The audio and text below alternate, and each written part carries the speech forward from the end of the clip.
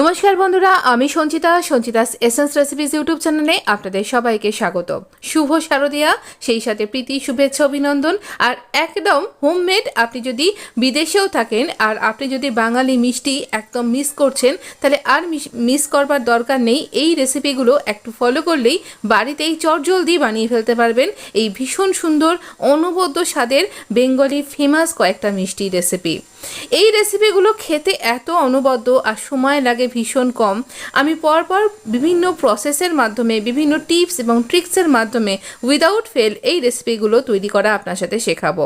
প্রথমে রয়েছে ছানার পায়েস, যেটা দেখলেন কতটা সুন্দর খেতে হয়েছিল, আর খেতে আপনাকে বানাতেই হবে।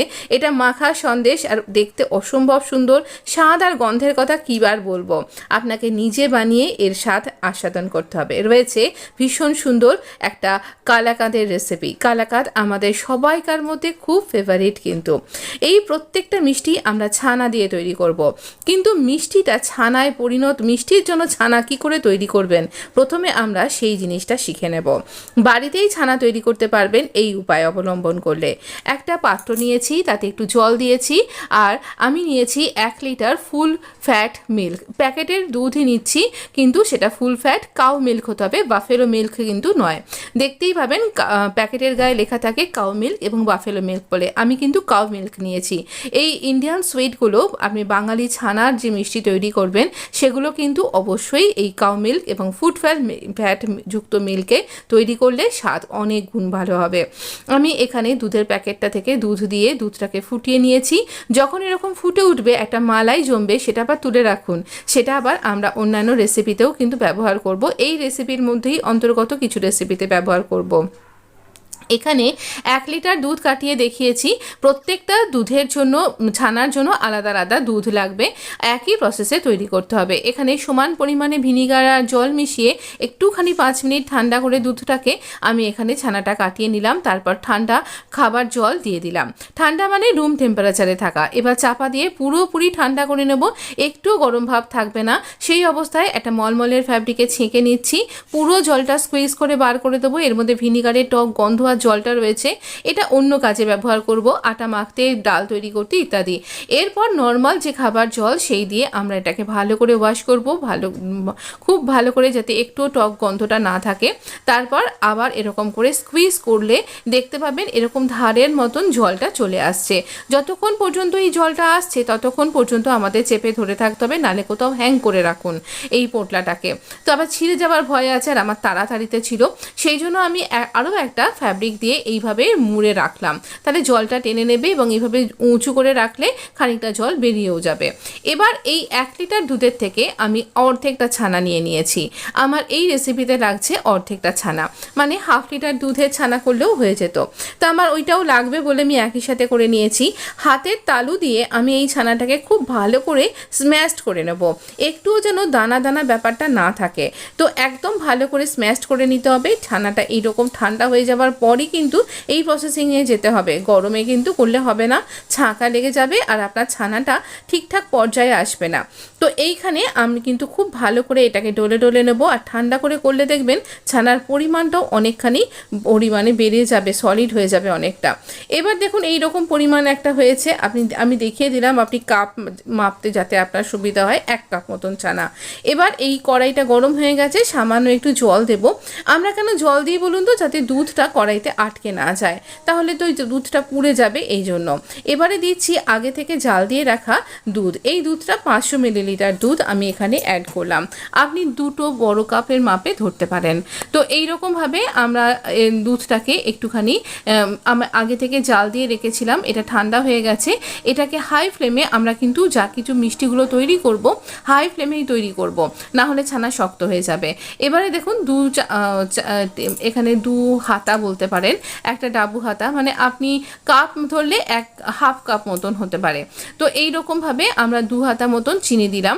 চিনির স্বাদটা সম্পূর্ণ আপনার উপর নির্ভর করছে, তবে এই ছানার পায়েসের মিষ্টিটাতে খুব বেশি কিটকিটে মিষ্টি কিন্তু হয় না, 3টে মিষ্টিই খুব হালকা মিষ্টি হয়। তাই আপনি একটুখানি আপনার প্রয়োজন মতন চিনিটা ওঠানামা করে দেবেন। খুব ভালোভাবে চিনিটা গলে গেছে আর টকবক করে যখন ফুটছে, সেই সময় আমি দেব একটু স্যাফরন। এই স্যাফরনের জন্য ভীষণ সুন্দর গন্ধ গন্ধ আসবে আর খুব সুন্দর একটা হালকা কালার আসবে, যেটা দেখতে খুব ভালো লাগবে আর খেতে এই স্যাফরনের গন্ধটা ভীষণ অনবদ্য লাগবে। তো অবশ্যই দেবেন। আর যে কোনো শুভ অনুষ্ঠানে আমরা কিন্তু স্যাফরন ইউজ করি। আপনি কিন্তু নবরাত্রিতে মাকে ভোগেও এটা নিবেদন করতে পারেন। প্রত্যেকটা মিষ্টি আমি দিলাম কনডেন্সড মিল্ক। আপনি বাড়িতেও কনডেন্সড মিল্ক দুধকে ঘন করে তৈরি করে নিতে পারেন আলাদা করে। আমার খুব তাড়াতাড়ি ছিল, তাই জন্য আমি এরকম কনডেন্সড মিল্ক বাইরের কেনাটাই ব্যবহার করলাম। তো এবার দেখুন আমি সমস্ত ধার থেকে একটু স্ক্র্যাপ করে করে এই সমস্ত মালাই যেগুলো জমছে সেগুলো মিশিয়ে নিচ্ছি। এইবার আমি ওই স্ম্যাশ ছানাটা দিয়ে দেবো এখানে। এই আমি 500 মিলিলিটার দুধের জন্য 500 মিলিলিটার দুধের ছানা এরকম দিলাম। এরকম রেশিওটা কিন্তু এরকম মেনটেন করবেন। এখানে ছানা অনেক সময় অনেক ক্ষেত্রেই দেখি আমরা ছানার পায়েস তৈরি করতে গিয়ে ছানার পুডিং হয়ে যায়।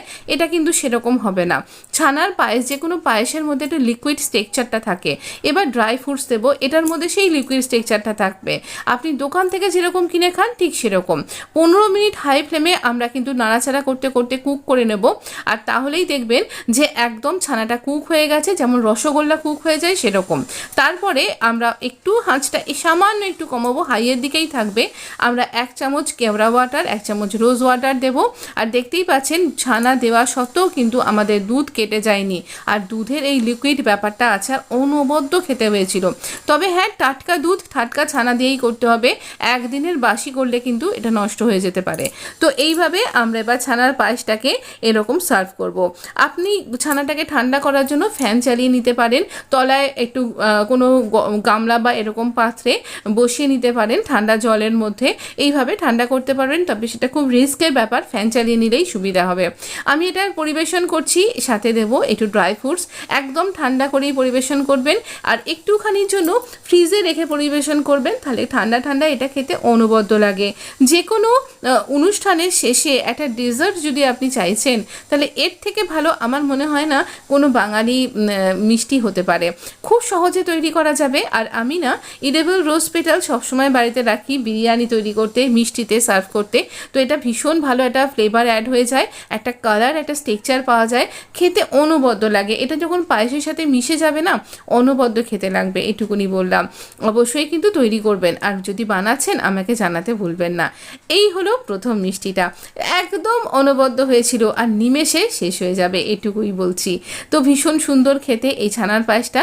অবশ্যই পুজোয় একটা দিন বানান, যেদিন মাকে ভোগে নিবেদন করতে হবে এই দুর্গা পুজোয়, সেদিনকেও কিন্তু করতে পারেন, খুব ভালো লাগবে। চলে আসছি মাখা সন্দেশ। এটা বানানো তো একেবারে বাচ্চাদের কাজ, ভীষণ সোজা আর খেতে অনবদ্য হয়। আচ্ছা, পান্ডুয়া, হুগলি জেলার পান্ডুয়া কিংবা নদিয়ার শান্তিপুরে মাখা সন্দেশ খুব বিখ্যাত। এই মাখা সন্দেশের স্ট্রাকচারটা আমি খুব জুম করে দেখিয়েছি। দেখুন, একটা দানা দানা স্ট্রাকচার হয়। আপনি যদি এই দুটো জায়গার মাখা সন্দেশ কোথাও খেয়েছেন, তাহলে আপনি এর স্বাদ ভুলবেন না। আর এটার স্ট্রাকচার ঠিক এরকমই দানা দানা হয়ে থাকে। অপূর্ব স্বাদের এই মাখা সন্দেশ। আমার বাড়ি শান্তিপুরে, আমার ঠাকুর দাদার বাড়ি, আমার বাবার পৈতৃক ভিটা, আমার দাদা, আমার কাকা, জেঠুমণি সবাই ওখানে ছিলেন। তো দাদা এখনও আছেন। তো আমি সেজন্য খুব ভালোভাবে এটা চিনি। আর হুগলির পান্ডুয়ায় আমার আরেক দাদুর বাড়ি, আর আমি তার হাতে এই মিষ্টি খেয়েছি। অপূর্ব সুন্দর খেতে হয়। আমি 1 লিটার ফুল ফ্যাট মিল্ক এখানে ছানা কাটিয়ে নিয়েছি। এটার জন্য 1 লিটার দুধ মিল্ক এরকম লাগবে। আর এবার আমরা এই ছানাটাকে ভালো করে স্ম্যাশড করে নেব। খুব স্মুথ একটা স্ট্রাকচার তৈরি হবে, খুব ভালো করে স্ম্যাশড করুন। আর ছানাটাকে এইভাবে ডলে ডলে স্ম্যাশড করবেন। আর দেখুন, একটুও কিন্তু জলে ব্যাপারটা নেই, কিন্তু একটা ময়েশ্চার থাকবে। একদম কিন্তু শুকনো ড্রাই হয়ে যাবে এমনটা নয়, তাহলে ছানাটা না খুব হার্ড হয়ে যাবে, মিষ্টিটা অতটা ভালো হবে না। একটা বড় পোর্শন একটা ছোট পোর্শনে ভাগ করলাম। কড়াইতে প্রথমে দেবো 1/2 কাপ মতন জল, ছোট কাপের 1/2 কাপ মতন জল। আপনি যদি হাতা মাপেন তাহলে 2 হাতা বা 4 টেবিল চামচ এরকম। এবার 4 টেবিল চামচ চিনি দিচ্ছি আমি এখানে। তো এই চিনিটা দিয়ে দিচ্ছি। এবার হাই ফ্লেমে চিনিটাকে আমরা যতক্ষণ পর্যন্ত না গলে যাচ্ছে ততক্ষণ অবধি রান্না করব। তো এই পুরো রান্নাটাও কিন্তু হাই ফ্লেমেই হবে। তো এইখানে চিনিটাকে একটু নাড়াচাড়া করে আমরা গলিয়ে নেব। যতক্ষণ না পর্যন্ত চিনিটা না গলছে, আমরা কিন্তু পরবর্তী প্রসেসে যেতে পারবো না। চিনিটা যখন দেখবেন গলে যাচ্ছে, প্রায় গলে এসছে, আমরা দেব একটুখানি green cardamom powder. Green cardamom powder আমরা এখানে দিয়ে দিচ্ছি সুগন্ধের জন্য, আপনি স্কিপ করতে পারেন। এবার আমরা দিয়ে দিচ্ছি, কারণ এই গন্ধটা থাকে। তো এবার দেব আমরা এখানে ওই বড় পোর্শনের ছানার অংশটা। দেবার পর আমরা এখানে খুন্তির সাহায্যে এই স্প্যাচুলা দিয়ে খুব ভালো করে এই জলের চিনি ওয়াটারের সাথে খুব ভালো করে আমরা মিশিয়ে নেব। আচ্ছা, আমরা কিন্তু কোনো রস তৈরি করিনি, জাস্ট চিনিটাকে গলিয়েছি, তাও পুরোপুরি না, পুরোটাই প্রায় গলে এসছে এরকম। যখন দেখবো ওই ছানাটা কুক হয়ে গেল, তখন আমরা আবার পরবর্তী ছানাটাকে মেশাবো। কেন বলুন তো এই পরবর্তী ছানাটা পরে মেশালাম? আমরা তো প্রাণহরা তৈরি করছি না, মনোহরা তৈরি করছি না, না, আমরা মাখা সন্দেশ তৈরি করছি। আর আপনারা সবাই জানেন মাখা সন্দেশ আমার চ্যানেলে খুবই প্রসিদ্ধ, অনেকেই বারবার খুলে খুলে দেখেন। হ্যাঁ, আমার ছোট চ্যানেল, অনেকেই আমি বানানোর পর আবার বড় বড় চ্যানেলে যারা আছেন তারা সবাই বানান, কিন্তু আমার ভিউটা ওখানেই পড়ে থাকে। যাই হোক, সেটা অন্য গল্প। কিন্তু দেখুন এই স্ট্রাকচারটা আনবার জন্য, দেখছেন কি সুন্দর দানা দানা স্ট্রাকচারটা, এই স্ট্রাকচারটা আনার জন্যই কিন্তু আমি পরে আবার মেশালাম। না, এই কথাটা বলতাম না, এত বছর ধরে করছি, আমি দেখছি আমার চ্যানেলে না তো ভিউ বাড়ে, না তো মানে দেখতে হঠাৎ হঠাৎ হতাশা বোধ হয় আর কি, এইটাই আর কি। অনেকেই দেখি ওপর দিয়ে দেখে দেন, নিচে দিয়ে মানে ভালো করে খুলে দেখেন না, অনেকে ওইভাবে দেখে নেন, এই আর কি। তো যাই হোক, খুব খারাপ লাগে তখন, মনে হয় এতক্ষণ এত কষ্ট করে এই সমস্ত কিছু বানালাম, পণ্ডশ্রম হয়ে গেল বোধহয়, এরকম মনে হয়।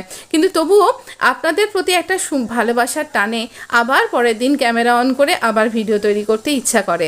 তাই আমি চাইবো এই পুজোয় একদিন অন্তত বাড়ির বাচ্চাদের জন্য, বাড়ির বয়স্ক মানুষের জন্য, বা আপনার জন্য, আপনার নিজের জন্য এই রকম মিষ্টি রেসিপিগুলো প্লিজ একটু বানান, আর খুব ভালো লাগবে, এইটুকুনি আমি গ্যারান্টি দিলাম। ভীষণ সুন্দর খেতে হয় এই মাখা সন্দেশটা। আরও একটা ব্যাপার, যার কোনো পেটের কষ্ট হচ্ছে তাকে যদি আপনি এটা খাওয়ান, তাহলে তার কিন্তু পেট ভালো হয়ে যাবে, এইটুকু বললাম। যেমন গরম রসগোল্লা খেলে পেট ভালো হয়ে যায়, তেমন এইরকম হালকা গরম এই মাখা সন্দেশ খেলেও কিন্তু পেটের জন্য খুব ভালো। তাই অবশ্যই খাওয়ান, তিনি যদি মিষ্টি খেতে ভালোবাসেন। খুব লাইট মিষ্টি হয়, আর এইরকম একটা জল জলের স্ট্রাকচার বাইরে দিয়ে চলে আসে, রসটা বেরিয়ে আসে। এর যখন সার্ভ করবেন তখন এটাকে আবার মিশিয়ে নেবেন, নিয়ে সার্ভ করবেন, ভীষণ ভালো খেতে হয়, এটুকু বলছি। আমি না হোমমেড পনির তৈরি করে নিয়েছি, তো ওই ছানাটাকেই শিলচাপা দিয়ে নিয়েছি, নিয়ে পনির তৈরি হয়ে গেছে, সেটাকে স্ক্রাম্বল করেছি। আজকে পনির দিয়ে করব কালাকাঁদ রেসিপি। আমি একটু জল দিলাম, দেবার পর আমি 1 কাপ মালাই শুদ্ধ দুধ তুলে রেখেছিলাম, সেইটা দিয়ে দিলাম। দুধের উপরে যে মালাইটা ওই যে তখন তুলছিলাম না, সেটাই আর কি তুলে রেখে দিয়েছিলাম। তো আমি 1 কাপ দুধ ওখানে তুলে রেখেছিলাম, আর এবার ওই মালাইটাও রেখে দিয়েছি। আর এবার এইটাকে হাই ফ্লেমে আমরা একটু ফুটতে দেব। হাই ফ্লেমে এটা ফুটবে। আর এখানে আমি কোনো দেখুন এখানে চিনি দিলাম, চিনিটাও কিন্তু কালাকাঁদে খুব বেশি কিটকিটে হয় না, এখানে ওই রকমই 4 টেবিল চামচ মতন চিনি, আর একটু গ্রিন কার্ডামম পাউডার দিলাম। আমি ছোটো এলাচিটা গুঁড়ো করে রেখে দিই এরকম মিষ্টি বানানোর জন্য, আপনি ডাইরেক্ট এরকম হামানদিস্তায় গুঁড়ো করেও দিতে পারেন কিন্তু। এবার আমরা খুব ভালোভাবে এই যে পনিরের মিশ্রণটা এখানে মেশাবো। ছানা আর পনিরের মধ্যে একটু তফাৎ আছে, ছানাটা স্মুথ একটা টেক্সচার হয়, পনিরের একটু স্ক্রাম্বলটা বেশি হয়, সেই জন্য আমি একটু আপনাকে জুম থেকে ছেড়ে দিয়ে এবার দেখাচ্ছি। দেখুন, হাতা দিয়ে আমি একটু স্ম্যাশড করব। হাতা দিয়ে আমরা এইখানে এই কড়াইয়ের গায়ে যদি একটু ডলি, তাহলেই এইটা স্মুথ একটা টেক্সচার আসবে, অথচ কালাকাঁদের যেটা দানা দানা টেক্সচার থাকে সেটাও কিন্তু থাকবে, আর ভীষণ অনবদ্য খেতে হয়। আমি এটা অনেকজনকে খাইয়েছি আর তাদের খুব ভালো লেগেছে, তাই আমি বলবো এটা আপনারও ভালো লাগবে। এবার যেহেতু কোনো আমি ক্ষীর দিইনি, তাই জন্য কনডেন্স মিল্ক এখানে দিচ্ছি। এটা দিলাম আমি এখানে 4 টেবিল চামচ মতন বা হাফ কাপ মতন দিলাম। আপনি ক্ষীর দিতে পারেন বা দুধটাকে ক্ষীর করে নিয়েও দিতে পারেন। তাহলে মালাই দিলাম, কনডেন্স মিল্ক দিলাম, আর দুধটাকে একটু ঘন করে নিয়েছিলাম। এবার আমরা এটাকে হতে দেব। কতক্ষণ পর্যন্ত হবে বলুন তো? আমরা ততক্ষণ পর্যন্ত এটাকে হতে দেব যতক্ষণ পর্যন্ত না এটা ড্রাই হয়ে যাচ্ছে। আপনি নিজেই বুঝতে পারবেন এটা কিন্তু ড্রাই হতে শুরু করে দেবে, আর একদম এই রস ব্যাপারটা থাকবে না। একদম যখন ড্রাই এখানেও হাই ফ্লেমে করতে হবে, আর এটা ড্রাই হয়ে যাবে যখন কড়াইটা থেকে ছেড়ে আসবে আর জল ব্যাপারটা থাকবে না, তাহলে আপনি এটাকে আমরা অফ করে দেব। আর এই কালাকাঁদ মিষ্টিটা আপনি কিন্তু 2-3 দিন এখানে কিন্তু অবশ্যই বাইরে ফ্রিজের বাইরে রেখেও খেতে পারবেন, ফ্রিজে রেখে তো দিন 7 বা 1 সপ্তাহের উপরও খাওয়া যাবে।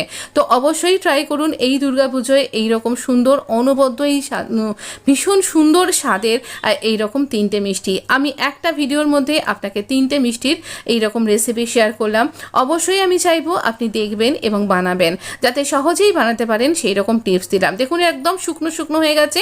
এবার এটাকে আমরা একটা ফ্ল্যাট সারফেসে কোনো টিফিন কোটো ঢাকনা বা টিফিন কোটো বা আমি যেরকম প্লেট ইউজ করছি সেরকম কোনো প্লেটের মধ্যে এটাকে ঢেলে নিন। তো এরকম ঢালবার জন্য কোনো তেল ঘি বাটার কিছুই ব্রাশ করতে লাগেনি, এইরকমই এটাকে ঢেলে নিলাম। ঢেলে নেবার পর এটাকে আমরা সমানভাবে একটা শেপ দিয়ে নেব। সমানভাবে একটা শেপ দিয়ে নেব কিভাবে আমি দেখাচ্ছি, আগে ঢেলে নিচ্ছি। এই সময় এটা কিন্তু খুব গরম, তাই আপনি যেভাবে শেপ দেবেন সেইভাবেই থাকবে, তবে আপনাকে একটুখানি সাবধান করে কাজটা করতে হবে, আপনার হাতে যেন না লাগে সেই সাবধানতা অবলম্বন করবেন। এই রকম সমান একটা স্ট্রাকচারে নিয়ে আসতে হবে। দেখুন এই দিকটাতে যে পুরো লেবেল করে এইভাবে আমি সমান করে নিলাম। এবার এটাকে রুম টেম্পারেচারে ঠান্ডা করে আমি ফ্রিজের মধ্যে আধ ঘন্টা 1 ঘন্টা রাখবো, যাতে এটা সমানভাবে কাটতে পারি, এই রকম আর কি। তো এইভাবে আমি এটাকে রেখে দিচ্ছি। আমি কেটে বার করে দেখাচ্ছি আপনাকে। কয়েকটা পেস্তা বাদামকে আমি একদম কুচি কুচি করে কেটে নিচ্ছি। পেস্তা ওপরে সার্ভ করে এটা খেতেও ভালো লাগে আর এটা দেখতে তো ভালো লাগেই। আপনি এর সাথে গোলাপের ফুলের পাপড়ি বা কেশরও সার্ভ করতে পারেন, দুর্দান্ত লাগবে এইটুকুনি বলছি। আর এখানে আর গ্রিন কার্ডামম ছাড়া আর অন্য কোনো রকম ফ্লেভার আমরা অ্যাড করিনি, আপনি রোজ ওয়াটারও অ্যাড করতে পারেন। তো আমরা এখানে এবার ফ্রিজ থেকে বার করে এরকমভাবে কেটে নিচ্ছি। আর এবার আমরা এখানে প্রথমে লম্বা করে কাট করলাম, তারপর যেরকম কালাকাঁদের পিসগুলো হবে সেই রকমভাবে কাট করে নিলাম। আপনি যদি আমার সরপুরিয়া মিষ্টি খেয়ে থাকেন বা আপনি যদি সিঙ্গুরি রেসিপি ট্রাই করে থাকেন, তাহলে আমি বলবো এই 3টে রেসিপি আপনাকে ট্রাই করতেই হবে, না হলে কিন্তু দুর্গাপুজোর কিছু খাবার আপনার জন্য মিস হয়ে যাবে। তবে হ্যাঁ, দুর্গাপুজোর বেশ কিছু আমিষ খাবার আমি আগেও আপলোড করেছি, পরবর্তীকালেও আপলোড করব। অনবদ্য স্বাদের রেসিপি আসবে, তাই চ্যানেলটা এখনই সাবস্ক্রাইব করে নোটিফিকেশানটা অন করে দিন, নাহলে কখন কোন মিষ্টি বা কোন রেসিপি আপনার মিস হয়ে যাবে নিজেও টের পাবেন না।